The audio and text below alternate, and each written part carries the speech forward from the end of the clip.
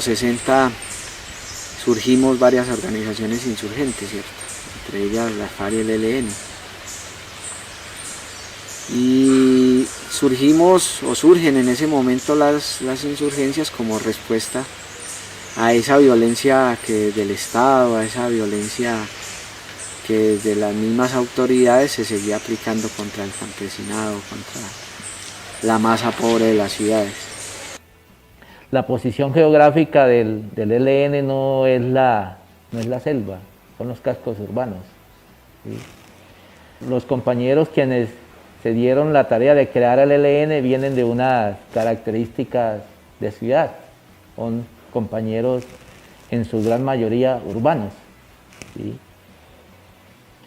Y si bien para poder mantenerse y para poder nacer y crecer, ¿sí?, las montañas del San Vicente de Chucurí fueron su primera casa, ¿sí? Pero ya ha nacido el Ejército de Liberación Nacional y con el ELN siempre ha tenido en su visión estratégica las ciudades. Y en esa visión estratégica de las ciudades se da la tarea de crear los frentes urbanos, ¿sí? Creo que en el nororiente sus primeros nacimientos de guerrilla urbana se dan por los lados de Barranca Bermeja, ¿cierto? Y ahí llega a Bucaramanga y de Bucaramanga a la ciudad de Cúcuta. Sí, Cúcuta ha sido históricamente una ciudad de paso, una ciudad pues por el hecho de ser frontera tiene unas situaciones muy particulares que la hacen diferente quizá al resto de ciudades del país. Y aquí la pobreza, la desigualdad, la falta de vivienda, la falta de salud, pues ha hecho que la gente busque múltiples maneras de organizarse, ¿cierto? Ya en Cúcuta, la presencia del ELN, fue llegando a los sectores y los sectores se fueron identificando con la propuesta del Ejército de Liberación Nacional. Porque es que la guerrilla del Carlos Hermann no es solamente los hombres y mujeres que están armados, ¿sí? No es eso. Hay un acumulado social, hay un acumulado de historia vivida desde todos esos barrios, construidas a punta de paro y construidas a punta de banderitas colombianas. Me refiero en la misma conformación de lo que han sido los mismos barrios populares de la ciudad. Y de todos esos procesos organizativos desde lo juvenil, lo estudiantil y lo comunal. La organización de la gente va diciendo, vea, están las condiciones dadas para que este proceso trascienda y vaya a conformar un frente de resistencia, un frente revolucionario, un frente guerrillero. En el caso del Carlos Hermann fue eso. Es como en ese contexto que surge el Frente Carlos Germán Velasco Villamizar a mediados de los años 90, ¿cierto? Que lleva como nombre Carlos Germán Velasco porque fueron dos compañeros urbanos militantes del Ejército de Liberación Nacional y como honor a su entrega al Ejército de Liberación Nacional y a la guerrilla del nororiente, llamó el nombre de Carlos y Germán Velasco Villamizar. Carlos muere en Medellín, producto en la comuna 13, producto de una bala que le lanza o le propina un francotirador, una bala envenenada con cianuro. Y Germán Velasco Villamizar muere en un operativo que se realiza en la ciudad de Ibagué contra el batallón Ruth. Entonces esa fue la presencia de compañeros que nos dejaron todo su legado en cuanto a valores de hombre nuevo, nos siguen dejando su ejemplo de lucha, de entrega, de compromiso con un pueblo que en su momento los entendió, se organizaron alrededor de esas militancias, ¿sí? Y fueron construyendo el frente, el nacimiento del frente como tal.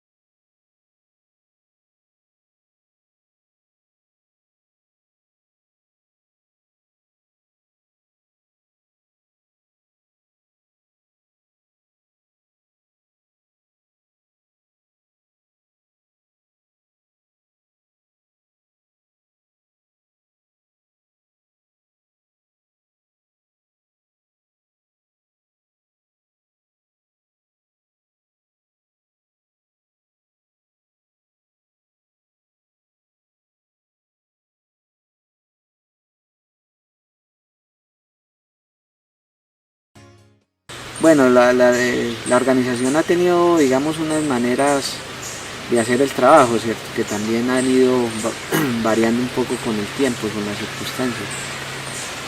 En ese momento, pues existían las comisiones de trabajo político organizativo con un control territorial sobre varios barrios, sobre varias zonas, sobre sectores de la ciudad.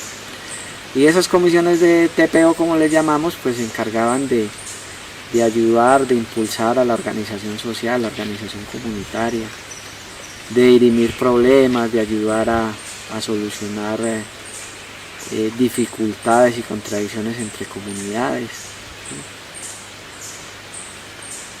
Van surgiendo también las milicias como expresión de radicalidad de ese proceso comunitario, ¿cierto?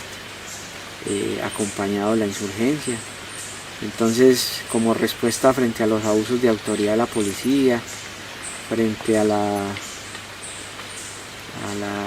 problema de la delincuencia, al desborde de la delincuencia, entonces van surgiendo las milicias populares. Y otra tarea que asume la organización en ese momento pues es la confrontación ya directa con fuerza viva enemiga, ¿cierto? Vienen los enfrentamientos con unidades de la policía, del ejército, de los embriones de paramilitarismo que ya se daban en ese momento en la ciudad. Nosotros controlábamos lo que era la parte del terminal hacia arriba, de Trazana hacia arriba, lo que es la travesal 17, Pueblo Nuevo, el Cerro La Cruz, por la Loma Bolívar, el 28 de febrero, el Desierto, 7 de agosto, Nuevo Horizonte, Belisario, Antonia Santo, dando la vuelta a Belén, Rojicindo Soto, una parte de López todavía trabajábamos. Todavía era amplio el margen de territorio que nosotros controlábamos. Entonces, una de las actividades que tocaba que hacer era el patrullaje. El patrullaje se hacía en el día de civil común y corriente, a pie, por donde lo enviaran a uno. Y en la noche, pues ya sí salía uno encapuchado, ya más clandestino, con las pistolas a la vista, salían los enfusilados, los enmetrados, según como estuviera la situación del orden, ¿no? Porque hay veces se tensionaba tanto que tocaba que andar con los fusiles encima y patrullar con los fusiles encima. Se dan unas tareas militares, ¿sí? Unas tareas militares donde se desarrollan unos paros armados urbanos, ¿sí? Donde se logra tener un acumulado en lo militar, gran cantidad de milicias, una fuerza militar bien nutrida, una fuerza, unas condiciones para la operatividad urbana en lo que tenía que ver con lo militar. Pero también en el desarrollo de una dinámica de masas que también iba creciendo a la par de lo militar, ¿sí? La dirigencia comunal, para luchar en conjunto, crearon organismos, por ejemplo, como el Bloque Los Siete, ¿sí? Que era la unión de varios barrios en tratar de tener un diseño de planificación de lucha por obras para la comunidad. Gran parte de esa dirigencia ya fue asesinada por el paramilitarismo.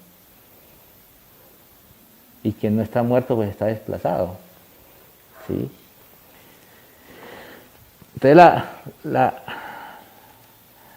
la guerrilla, el ELN en sus llegadas hizo un aporte de lucha, de organización social, ¿sí? Y creo de formar,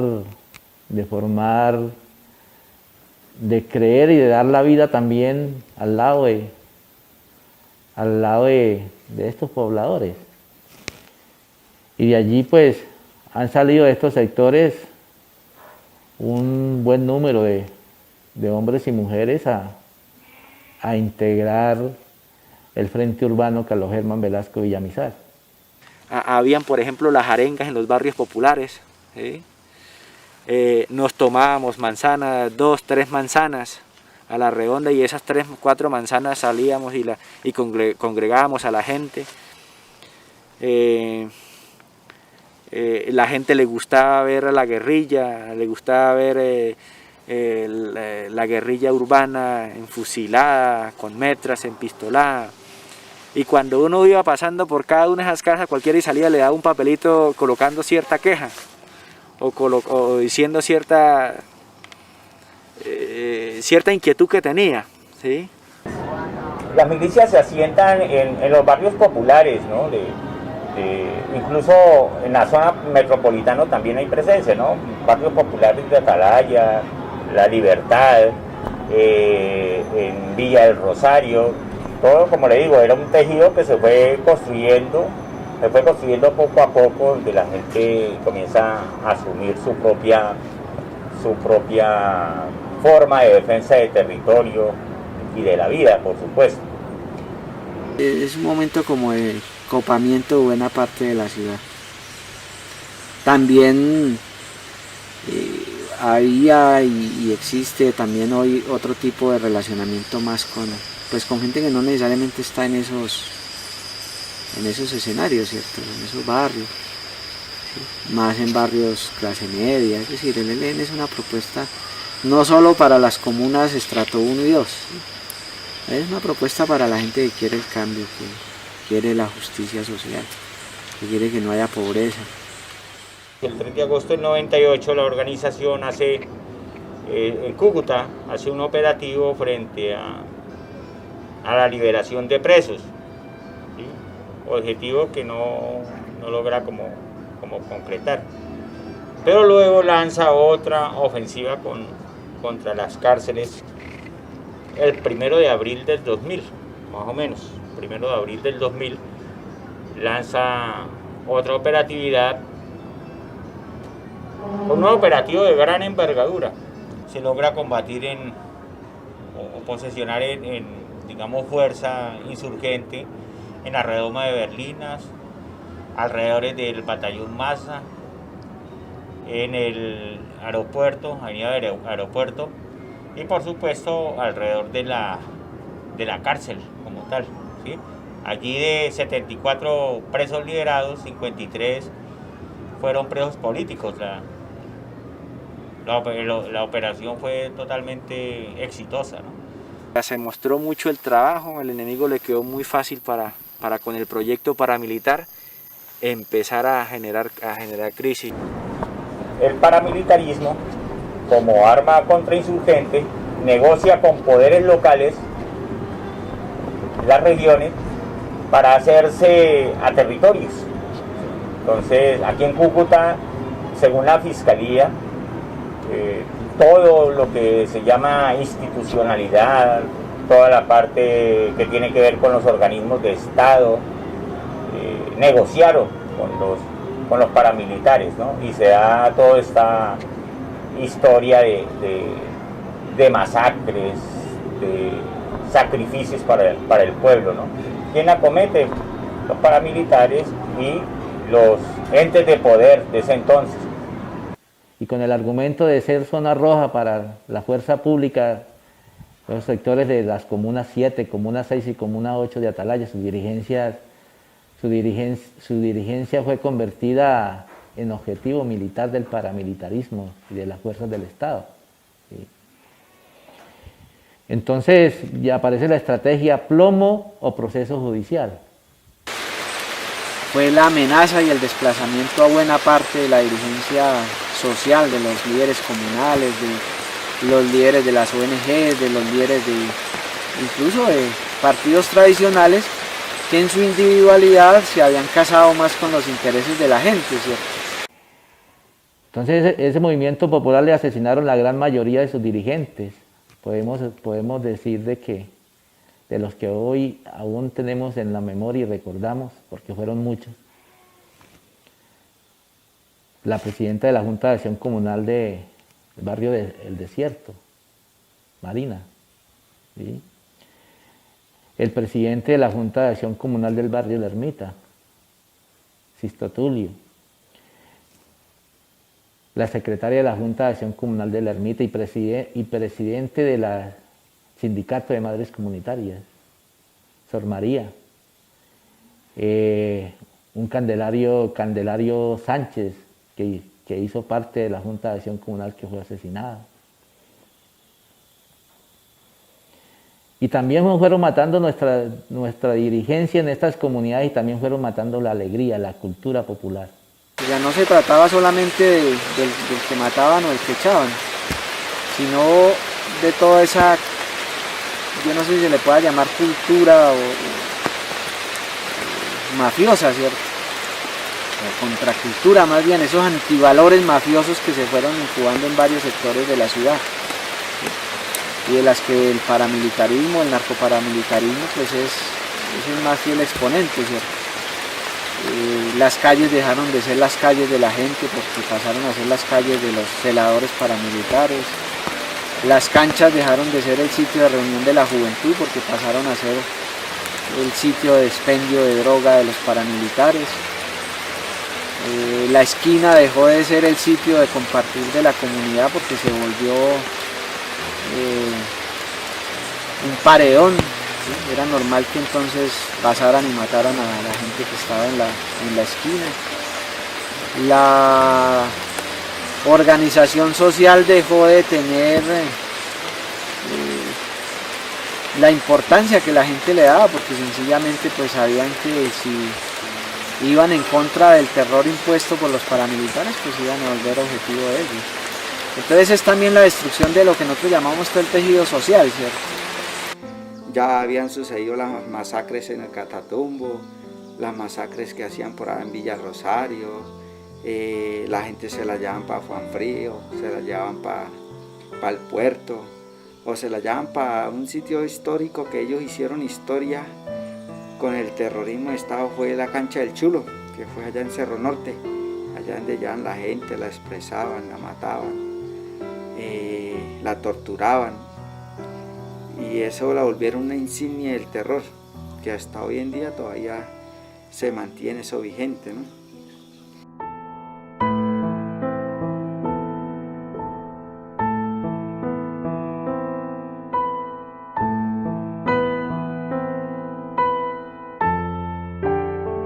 Estos son los hornos en donde el odio y la zozobra paramilitar predominan para acallar las voces de aquellos hombres y mujeres cuyo amor a la paz y la vida digna se ven esfumados en la desaparición más brutal e inhumana que representa el accionar terrorista del Estado.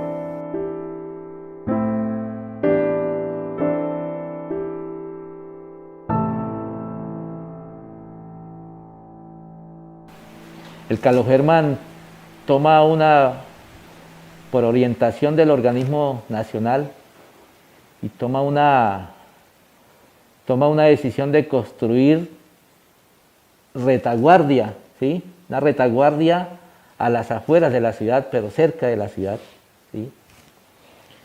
Entonces parte de una conducción estratégica se hace ahí en este territorio. Y eso nos ayudó a mantenernos, ¿sí? A algunos, y no lograr y que el enemigo no logre sus objetivos en ese a mediano corto, con asesinar o encarcelar a miembros de la guerrilla urbana. La arremetida al enemigo es una arremetida integral, donde nos desarticula como comando, donde la misma estructura cae en una crisis de dirección. Los mandos que en ese momento, los mandos inmediatos en ese momento de nosotros no eran los idóneos para el momento, no eran los que tenían la capacidad para leer el momento histórico del conflicto que estábamos, y entonces en ese momento entramos en una crisis profunda. La mayoría, gran parte de la militancia, de los combatientes que andaban en la parte urbana fueron capturados, otros cayeron peleando con el enemigo, y los que no, pues nos recogieron. Entonces estos campos, estos montes y el trabajo que aquí se ha desarrollado también nos permiten que logremos complementar eso que se hizo en la ciudad, ¿sí? De cambiar las modalidades operativas, de ajustar las medidas de seguridad con el desplazamiento ya físico también de muchas unidades pues urbanas hacia el campo para reforzar el campo y desde aquí poder darle vida a todo el proceso de reconstrucción. Sacar una fuerza urbana a lo rural, eso también tiene sus costos, porque son condiciones totalmente distintas. A nosotros eso fue lo que nos salvó, pero al comienzo también tuvimos nuestros costos, porque en alguna tarea, por ejemplo, cayeron 7 compañeros. Era la primera tarea rural que tocaba hacer, pues por ejemplo no conocían el terreno y fueron a instalar un minado, y en ese minado resulta que hay que saberle el antecedente histórico a ese lugar. Y en ese lugar ya habían anteriormente otra fuerza rural nuestra, le había tendido una emboscada al enemigo y eso no lo conocíamos. Entonces el enemigo lo que hizo fue que contraemboscó a los compañeros y nos jodió, nos asesinó a 7 compañeros en proyección. Entonces claro, nosotros venimos de un periodo de surgimiento, de crecimiento, de auge, con unas modalidades operativas, con unas maneras de hacer el trabajo político organizativo, con unas maneras de ser frente a la gente, frente a los medios, frente a la ciudad. Esa etapa de crisis nos pone a replantearnos eso. Entonces hay un cambio en las modalidades. Es en ese momento también donde el trabajo rural del frente, que ya venía desarrollándose, pues se convierte en un puntal muy importante para todo ese periodo que fue de resistencia y para no dejarnos joder, para no dejarnos exterminar pues en la ciudad, porque la ofensiva fue muy fuerte.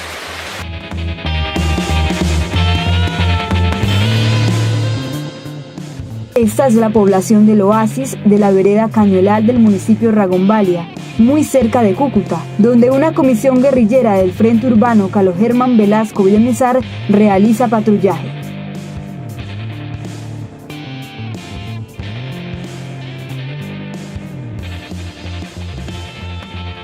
Desde estas periferias urbanas, las y los guerrilleros emergen invisibles entre calles destapadas y casas de hojas de zinc. Son trabajadores, jóvenes, mujeres, pimpineros, estudiantes, rebuscadores de la vida alzados en armas para resistir esta guerra impuesta desde el poder.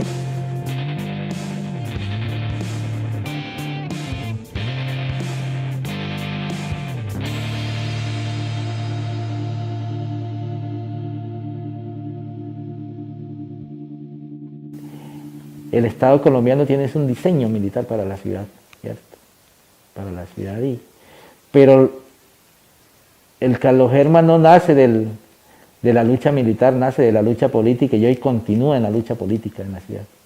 La misma realidad de la ciudad la que reconstruye nuevamente el Carlos Germán, ¿sí? Esa guerrilla satélite que está alrededor de la ciudad permanentemente dándole vueltas y sabiendo qué es lo que está pasando. Todos esos descontentos que se levantan todos los días son los que nutren nuevamente la insurgencia urbana del ELN. Ya no se trata solo de que el trabajo rural sea un apoyo para lo urbano,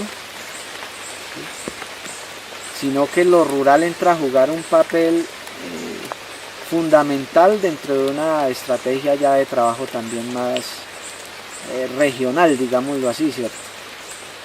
Es decir, estamos parados sobre un área metropolitana, estamos parados sobre una ciudad capital, estamos parados sobre una zona de frontera, y entonces el trabajo rural no se puede limitar solamente a hacer el apoyo del trabajo urbano, sino que se integra en una dimensión que nos da una mirada mucho más amplia de la ciudad, del área metropolitana, aquí de los municipios más cercanos, incluso la misma problemática de frontera. Es la otra manera de la construcción del ELN ahorita, es el encuentro con nuestra gente, porque no necesariamente el ELN es un cuerpo en armas. Implementamos otros elementos para la lucha política y militar, como el elemento comunicativo, comunicacional, lo que tiene que ver con la emisora, con los periódicos, con abrirnos espacio para hablarle a la ciudad. Entonces, como con todas estas necesidades, decimos no, pues lo que tenemos a la mano, lo que podemos como visionar es crear una emisora guerrillera urbana, ¿sí? Ya teniendo también como ejemplo los avances que los compañeros y las compañeras de los frentes guerrilleros rurales venían realizando con emisoras guerrilleras, ¿sí? Y que con eso viene también de un proceso histórico de la organización desde Radio Patria Libre, desde Radio Nacional Patria Libre Rampal, ¿sí? Entonces en esa misma vía decimos no, vamos a crear una emisora guerrillera urbana. Somos Antorcha Estéreo. Frente Urbano, Carlos Germán Velasco Villamizar. La emisora del Ejército de Liberación Nacional, ELN. Así es como la insurgencia del Frente Urbano Carlos Germán Velasco Villamizar se construye desde el corazón de la ciudad de Cúcuta. Como parte del pueblo, con sentimientos de indignación por tanta injusticia y guiados por la consigna de no dar ni un paso atrás, liberación o muerte.